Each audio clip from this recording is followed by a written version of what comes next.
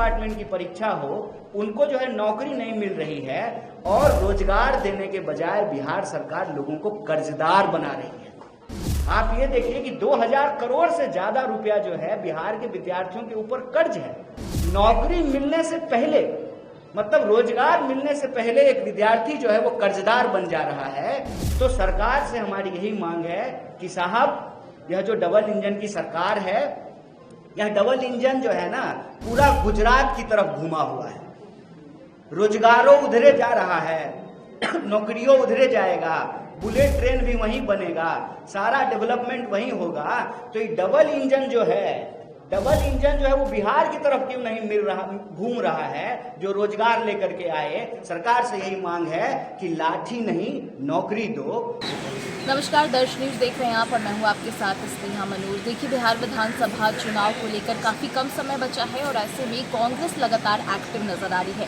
लगातार कांग्रेस की तरफ से कई कार्यक्रम किए जा रहे हैं और यही वजह है कि कन्हैया कुमार को लगातार कांग्रेस की तरफ से आगे किया जा रहा है। पिछले दिनों जिस तरीके से कन्हैया कुमार की अध्यक्षता में ये नौकरी दो पलायन रोको यात्रा किया गया था और इस यात्रा में राहुल गांधी भी शामिल होने पहुंचे थे, अब कांग्रेस शिक्षा संवाद कार्यक्रम करने जा रही है और इस कार्यक्रम के तहत बिहार के अलग अलग जगहों में वो छात्रों के साथ मुलाकात करेगी और उनके साथ संवाद भी करेगी। आपको बता दें कि 15 मई को राहुल गांधी भी बिहार आ रहे हैं और बिहार के दरभंगा में वो इस कार्यक्रम में शामिल होंगे और कन्हैया कुमार भी इसमें साथ होते हुए दिखेंगे। सबसे पहले इन सब की जो जानकारी है वो कांग्रेस की तरफ से प्रेस कॉन्फ्रेंस करके दी गई है। क्या कुछ कह रहे हैं कन्हैया कुमार, पहले आपको सुनाते हैं। कांग्रेस पार्टी आगामी 15 तारीख से पूरे बिहार में न्याय संवाद की श्रृंखला शुरू करनी जा रही है और यह जो न्याय संवाद की श्रृंखला है, इसमें हमारा सबसे पहला विषय जो है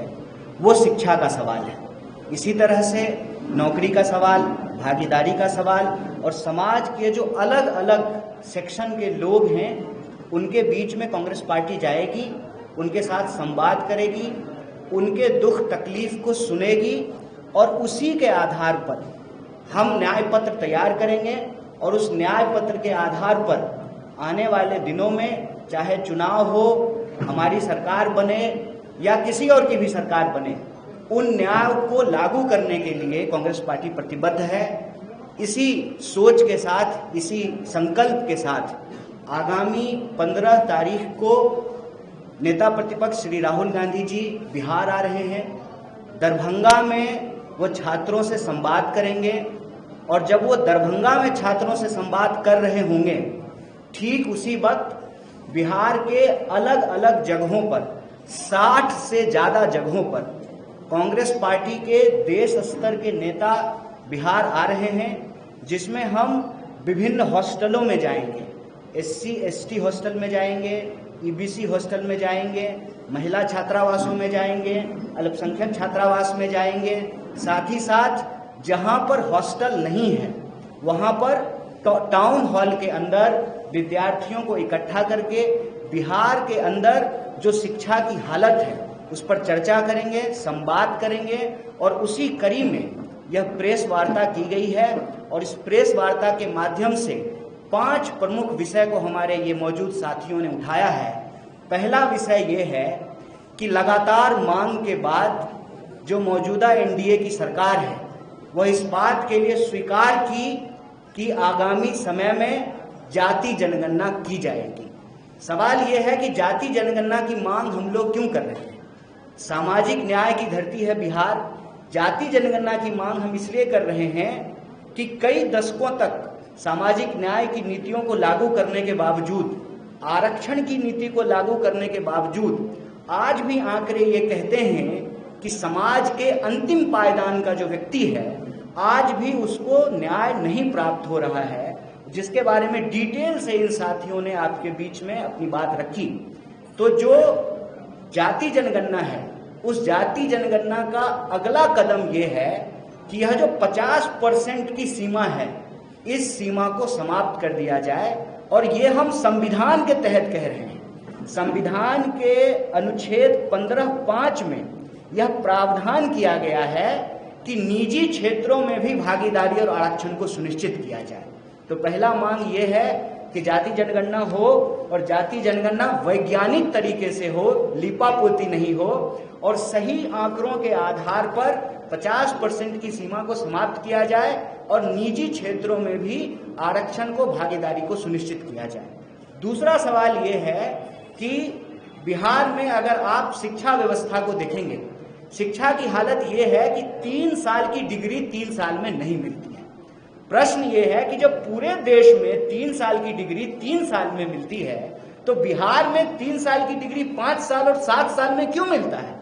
वो बिहार जहां पर नालंदा विश्वविद्यालय रहा, वो बिहार जहां पर विक्रमशिला विश्वविद्यालय रहा, वो बिहार जहां पर आजादी से पहले पटना विश्वविद्यालय की स्थापना हुई, जिसको ज्ञान और मोक्ष की भूमि कही जाती है, आप बिहार में किसी भी धर्म का इतिहास उठा करके देख लीजिए, उसका इतिहास बिहार से जुड़ा हुआ है। देश का इतिहास बिहार के इतिहास के बिना पूरा नहीं होता है। उसी तरह से बिहार की प्रगति के बिना देश की प्रगति संभव नहीं है। ऐसे में बिहार की प्रगति के लिए, देश की प्रगति के लिए यहाँ की शिक्षा व्यवस्था को बेहतर करना जरूरी है। 3 साल की डिग्री 3 साल में मिले, ये एक बात है। इसके तहत जो मुख्य सवाल ये हैं कि जहाँ शिक्षक नहीं है वहाँ शिक्षक हों, इंफ्रास्ट्रक्चर को बेहतर किया जाए। केजी से पीजी तक सरकार का फैसला है कि एससी, एसटी, ओबीसी, पिछड़ा, अति पिछड़ा और सभी वर्ग की महिलाओं के लिए केजी से पीजी तक फ्री एजुकेशन है। तो ये अलग अलग कॉलेज में अलग अलग फीस कैसे लिया जा रहा है, अलग अलग यूनिवर्सिटी में अलग अलग फीस कैसे लिया जा रहा है, अलग अलग कोर्स के नाम पे अलग अलग फीस कैसे लिया जा रहा है। आप बीएड का फीस उठा करके देख लीजिए, आप बीबीए का फीस उठा करके देख लीजिए, आप मास कॉम का फीस उठा करके देख लीजिए। तो जब सरकार का फैसला है कि सरकारी संस्थानों में केजी से पीजी तक शिक्षा मुफ्त होगी, तो इसको लागू क्यों नहीं किया जा रहा है? बिहार में प्लेसमेंट सेल को क्यों नहीं लागू किया जा रहा है? बार बार क्यों पेपर लीक हो रहा है? रोजगार का जो सवाल है, 4 लाख 4.5 लाख से ज्यादा पोस्ट खाली है, उन पोस्ट को क्यों नहीं भरा जा रहा है? और कोई परीक्षा, चाहे बीपीएससी की हो, टियर 3 की परीक्षा हो, किसी भी डिपार्टमेंट की परीक्षा हो, उनको जो है नौकरी नहीं मिल रही है और रोजगार देने के बजाय बिहार सरकार लोगों को कर्जदार बना रही है। आप ये देखिए कि 2000 करोड़ से ज्यादा रुपया जो है बिहार के विद्यार्थियों के ऊपर कर्ज है। नौकरी मिलने से पहले, मतलब रोजगार मिलने से पहले एक विद्यार्थी जो है वो कर्जदार बन जा रहा है। तो सरकार से हमारी यही मांग है कि साहब, यह जो डबल इंजन की सरकार है, यह डबल इंजन जो है ना पूरा गुजरात की तरफ घुमा हुआ है। रोजगारों उधरे जा रहा है, नौकरियों उधरे जाएगा, बुलेट ट्रेन भी वहीं बनेगा, सारा डेवलपमेंट वहीं होगा। तो ये डबल इंजन जो है वो बिहार की तरफ क्यों नहीं घूम रहा है, जो रोजगार लेकर के आए। सरकार से यही मांग है कि लाठी नहीं नौकरी दो। और एक बहुत महत्वपूर्ण विषय जो यहाँ साथी ने उठाया कि एससी एसटी सब प्लान का पैसा आप किसी दूसरे चीज पे कैसे खर्च कर सकते हैं? आप जब भी सरकार के किसी नुमाइंदे से पूछेंगे कि यह जो मौजूदा डबल इंजन की सरकार है, इसने क्या किया है, तो मुंह छूटते ही सबसे पहले वो कहेंगे हमने पुल बनाया, हमने सड़कें बनाई हैं। आप पुल बनाए हैं, सड़कें बनाए हैं, हालांकि ये अलग बात है कि यहाँ पे जो है पुल चोरी भी हो जा रहा है। जहां नदी नहीं है वहां भी खेत में पुल बन जा रहा है। सवाल यह है कि आप एससी एसटी सब प्लान का पैसा दूसरे मद में, दूसरे हेड में कैसे खर्च कर सकते हैं? यह सीधे तौर पर यह दलित विरोधी कार्रवाई है। तो यह 5 विषय को लेकर के, एक भागीदारी के सवाल को लेकर के, नौकरी के सवाल को लेकर के, शिक्षा के सवाल को लेकर के, कांग्रेस पार्टी बिहार के हर जगह जाकर के हर वर्ग के विद्यार्थियों से बात करेगी, चाहे बिहार के गरीब हों, दलित हों, पिछड़े हों, आदिवासी हों, अति पिछड़े हों, महिला हों, किसान हों, मजदूर हों, हर वर्ग के विद्यार्थियों से, नौजवानों से हम बात करेंगे। और हमारा संकल्प ये है कि बिहार की शक्ति से ही देश की प्रगति होगी।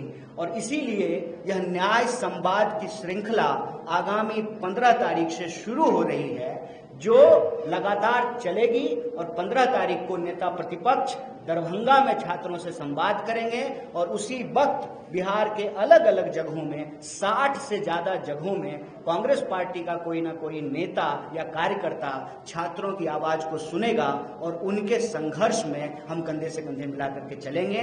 इसी महत्वपूर्ण सूचना के लिए यह महत्वपूर्ण प्रेस वार्ता बुलाई गई। आप तमाम मीडिया के साथी यहाँ उपस्थित हुए, इसके लिए हम पार्टी की तरफ से आपका बहुत बहुत धन्यवाद करते हैं। भारतीय राष्ट्रीय कांग्रेस यह उम्मीद करता है कि बिहार को बदलने की जो हमारी कोशिश है, इस कोशिश में मीडिया बंधु भी हमारा साथ देंगे। आपके अगर कुछ प्रश्न हैं इस विषय से जुड़े हुए तो आप पूछेंगे, हम यथासंभव उसका आंसर देने की कोशिश करेंगे। बहुत बहुत धन्यवाद।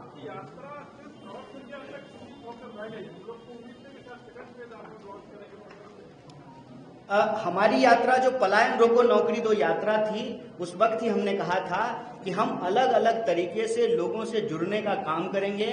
वह जो यात्रा शुरू हुई है उसी का अगला पड़ाव ये है कि अब हम पद यात्रा करने की बजाय अलग अलग जिलों में, अलग अलग हॉस्टलों में, अलग अलग ब्लॉकों में जाएंगे और वही शिक्षा, नौकरी और भागीदारी के सवाल पर लोगों से संवाद करेंगे।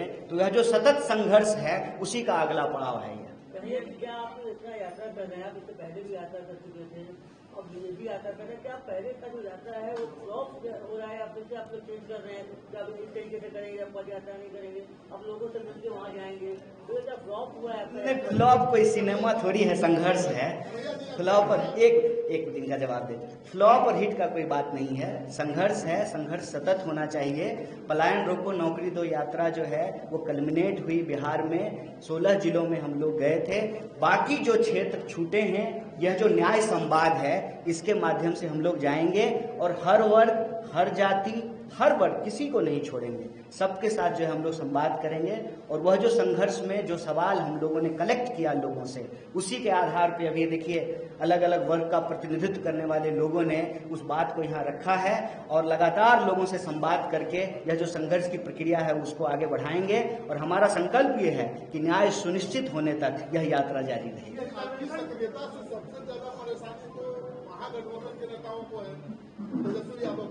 नहीं, किसी को कोई दिक्कत नहीं है, ये हम सबका सामूहिक प्रयास है।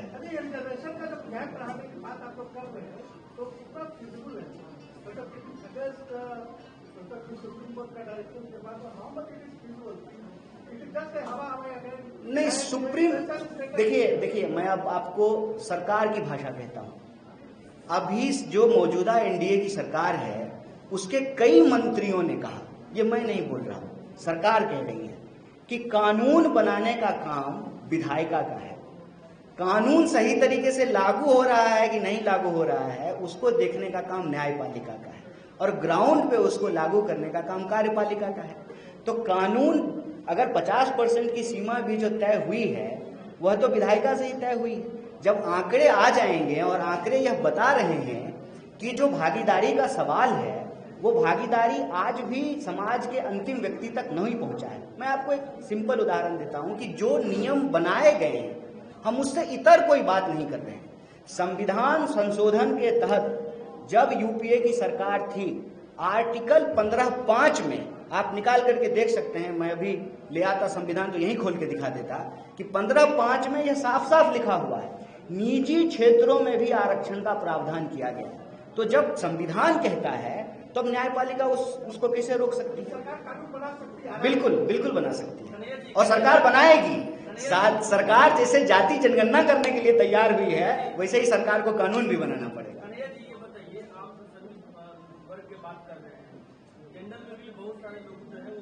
है ना, 10% आरक्षण उनके लिए भी है। आप एक बार डेटा तो आ जाए, डेटा आ जाएगा तो बिल्कुल जनसंख्या के अनुपात में जो है उनका भी प्रतिनिधित्व हो, उसमें कोई अंतर्विरोध थोड़ी है। देखिए, किसी के लिए न्याय मांगना किसी के लिए अन्याय नहीं है। समाज में अगर बराबरी होगी ना उसका लाभ जो है हर किसी को मिलेगा। समाज में अगर बराबरी होगी लिंग के आधार पर तो जो है उसमें हमारी माता जी को भी जो है न्याय मिलेगा और बाकी जो है लोगों को भी न्याय मिलेगा। एक के लिए न्याय दूसरे के लिए अन्याय नहीं है और हमारी कोशिश प्रतिनिधित्व और भागीदारी का है। हम एक समुदाय के लिए मांग रहे हैं तो दूसरे समुदाय का विरोध नहीं कर रहे हैं। हम चाहते हैं कि वैज्ञानिक तरीके से डेटा आए और सबको जो है बराबर का प्रतिनिधित्व मिले।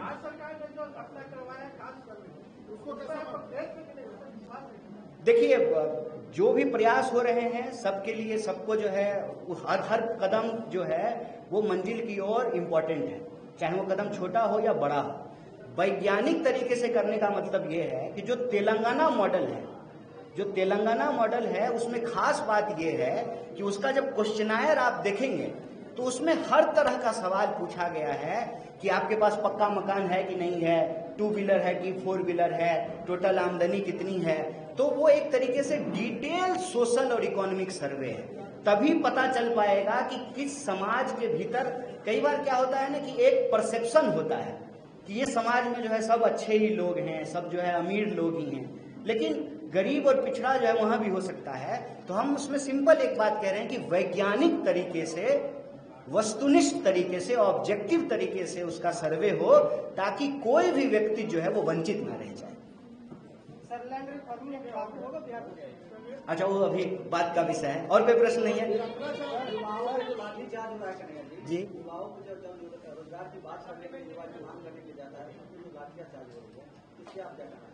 देखिए, मेरा तो यही अपील है बिहार के नौजवानों से कि जिस सरकार को वोट दे करके आप कुर्सी पे बिठाते हैं, वो सरकार कुर्सी पे बैठ करके आपके ऊपर डंडा मारने का आदेश देती है, तो लाठी का बदला वोट से लीजिए। लाठी का चोट जो आपके ऊपर लगा है उसका बदला आप वोट से लीजिए। इसीलिए यहाँ पे हमने स्पष्ट तरीके से, हमारे साथी ने कहा कि हम रोजगार मांग रहे हैं, हमको कर्जदार मत बनाइए, और हम आपसे नौकरी मांग रहे हैं तो आप हमको लाठी मत दीजिए, लाठी नहीं नौकरी। इसका कोई जो है अभी कल्मिनेशन डेट फिक्स नहीं है। ये संवाद की यात्रा अभी चलेगी। ये न्याय संवाद की श्रृंखला है जिसके तहत अभी हम शिक्षा न्याय संवाद शुरू किए हैं। इसी तरह से अलग अलग विषयों पे जो है यह न्याय संवाद का कार्यक्रम चलता है। सर, एक सवाल, शिक्षक भर्ती निकलता है, आधा से ज्यादा सीट खाली रह जाता है, हम लोग सप्लीमेंट्री की मांग कर रहे हैं, क्यों नहीं सुन? सुनाना पड़ेगा सरकार को, उसी में यह प्रयास है। आपसे निवेदन है कि आप भी जो है संवाद यात्रा में शामिल हों। तो लगातार बिहार में चुनाव है और ऐसे में कांग्रेस जो है वो एक्टिव नजर आ रही है। कन्हैया कुमार भी खूब एक्टिव है। एक तरफ जहां पर नौकरी दो पलायन रोको यात्रा की गई, तो अब देखिए शिक्षा संवाद कार्यक्रम का भी शुरुआत होने वाला है, जो 15 मई से इसकी शुरुआत होगी। और ऐसे में राहुल गांधी भी इस कार्यक्रम में पहुंचने वाले हैं। बिहार के दरभंगा में ये कार्यक्रम होना है और ऐसे में कन्हैया कुमार लगातार जातीय जनगणना को लेकर के बोल रहे हैं, जो बिहार में शिक्षा से जुड़ी जो व्यवस्था है उसको लेकर भी लगातार बोलते हुए नजर आ रहे हैं। तमाम खबरों के लिए बने रहे दर्शक के साथ। नमस्कार।